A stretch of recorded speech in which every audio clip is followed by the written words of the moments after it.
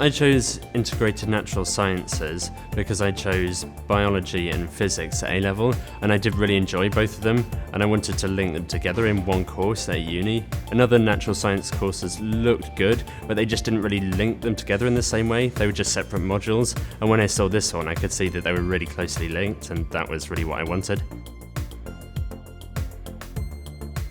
I think one of the highlights for me has been the amount of lab time we get, because it's so much higher than any of the other courses. It means going into year 2 we have a lot more experience, which is really one of my favourite parts, and it's really useful as well. I think one of my favourite modules I've done recently is when we got to look at Drosophila embryos, which are basically fruit flies, because it's always really interesting to see life develop. I like things on a sort of atoms level,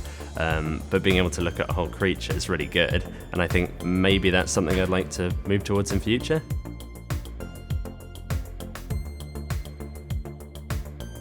I think personally for me it was really good for building up a lot more independence, because partly that's just the style of teaching you get at uni, but also with the lab reports we got every couple of weeks, we get some guidance, but at the same time it's very free form, so we can kind of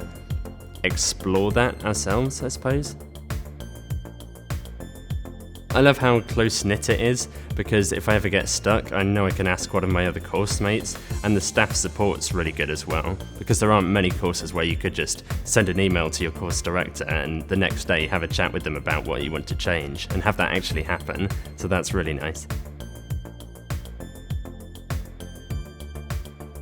I think there is a very large workload, so you have to be prepared for that. But then the amount of contact hours is also really useful, because obviously you're learning a lot more. So as long as you stay on top of lab work and coursework and that kind of thing, then you're going to be really well set for the rest of the year and after uni, I suppose.